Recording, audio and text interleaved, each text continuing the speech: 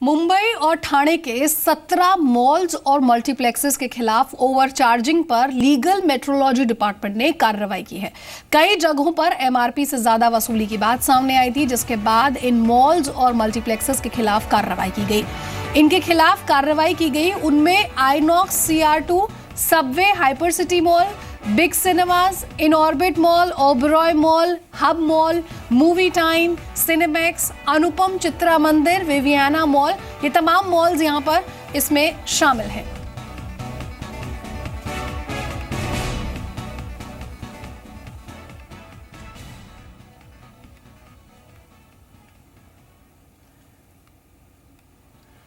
और मेरे साथ अनुराग यहाँ पर ज्यादा बातचीत के जुड़ गए हैं। अनुराग, सबसे पहले तो मैं यही जानना चाहूंगी कि आखिर इतने सारे मॉल्स हैं जो एमआरपी से ज्यादा चार्ज कर रहे थे, वसूल रहे थे लोगों से, इतने दिनों तक किसी की नजर इस बात पर क्यों नहीं गई?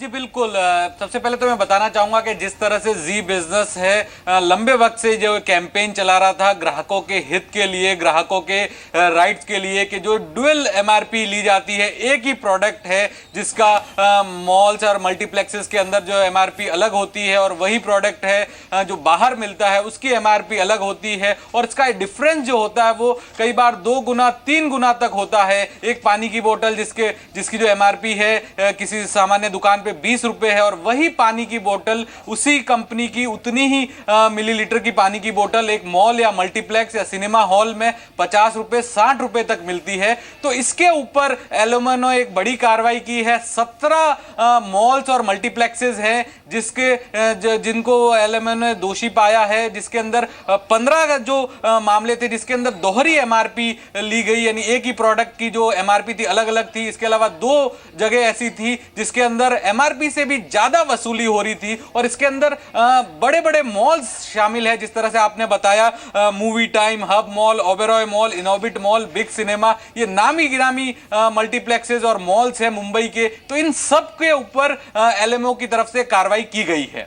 आप अगर मेरे साथ अमिताभ गुप्ता हैं, कंट्रोलर हैं लीगल मेट्रोलॉजी डिपार्टमेंट के महाराष्ट्र से। सर, बहुत बहुत स्वागत है जी बिजनेस पर। सर, किस तरह की अब लीगल कार्रवाई आगे होगी इन मॉल्स पर, क्योंकि संख्या इनकी 1 या 2 नहीं है बल्कि 17 मॉल्स हैं यहाँ पर?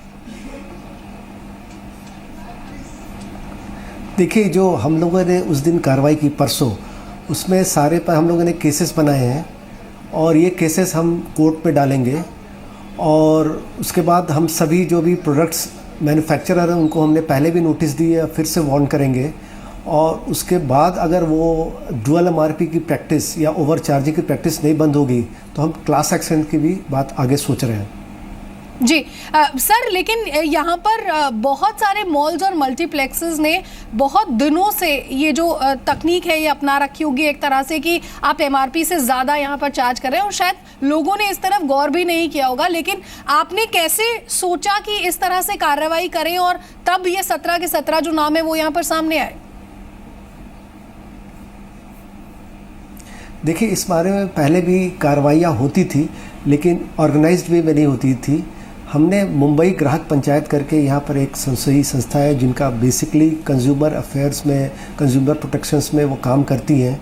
तो उनके सहकार से उनके वॉलंटियर्स ने सारे जगह का सर्वे किया। सर्वे करने के बाद उन्होंने हमारे को रिपोर्ट दी। उस रिपोर्ट के बेसिस पर उनके साथ जाके हम लोगों ने इस सारे जगह में कंबाइंड कार्रवाई की। इसमें इंटरनेशनल एयरपोर्ट के टर्मिनल में भी 1-2 शॉप्स हैं, उन पर भी हमने कार्रवाई की।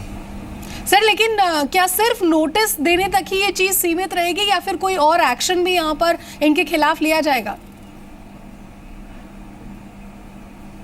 मैंने बताया जैसे कि ये जो 17 के 17 हमने केसेस बनाए हैं, इन सारे केसेस कोर्ट में जाएंगे, और हम पहले भी मैन्युफैक्चरर्स को नोटिसेस दिए थे जो डुअल एमआरपी के प्रोडक्ट्स बना रहे हैं। हमने एक्साइज डिपार्टमेंट जो सेंट्रल एक्साइज है उनको भी लिखा है, हमने एयरपोर्ट अथॉरिटीज़ को भी लिखा है, मॉल्स को भी लिखा है, और अगर ये प्रैक्टिस नहीं स्टॉप हुई तो निश्चित रूप से हमारे एक बड़े कार्रवाई की तैयारी है जो क्लास एक्शंस में हम लेंगे। जी।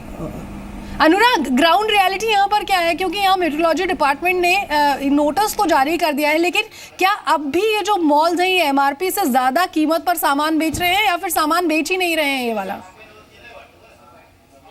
जी बिल्कुल। और ये जो एलएमओ की कार्रवाई है, मैं आपको बताना चाहूंगा पिछले कुछ दिनों से चल रही थी। और जिस तरह से जो प्रोडक्ट है अभी भी आप किसी किसी जगह पे मिल जाएंगे, लेकिन अब मॉल्स या मल्टीप्लेक्सेस ये टेक्निक अपना रहे हैं कि एकदम ऑल टुगेदर डिफरेंट प्रोडक्ट है जो कंपनी को बनाने के लिए कह रहे हैं, और वो स्पेशली इस तरह से उनको पैकेज किया जाता है या उनकी मार्केटिंग की जाती है कि ओनली फॉर मल्टीप्लेक्सेस या मॉल्स की तरह लिए, क्योंकि जिस तरह से डुअल एमआरपी जो है वो अलाउड नहीं है, एक ही प्रोडक्ट को आप अलग अलग कीमत पे नहीं बेच सकते। तो अब मॉल्स और मल्टीप्लेक्सेस की यही एक टेक्निक रहती है कि वो अपने यहाँ पर उस तरह के प्रोडक्ट बेचे जो बाहर अवेलेबल नहीं है, उनकी प्राइसिंग डिफरेंट हो, लेकिन उसके ऊपर उनका जो मार्जिन है वो ज्यादा रहे। बिल्कुल, मार्जिन वो ज्यादा रखते हैं। और कई बार आपने ये भी देखा होगा कि मल्टीप्लेक्सेस में आपको प्रीमियम जो चीज वो होती है वो यहाँ पर वो लोग कहते हैं कि उनके पास यही अवेलेबल है, तो कई बार आपको वो हायर प्राइस में चीज भी लेनी पड़ती है। बहुत बहुत शुक्रिया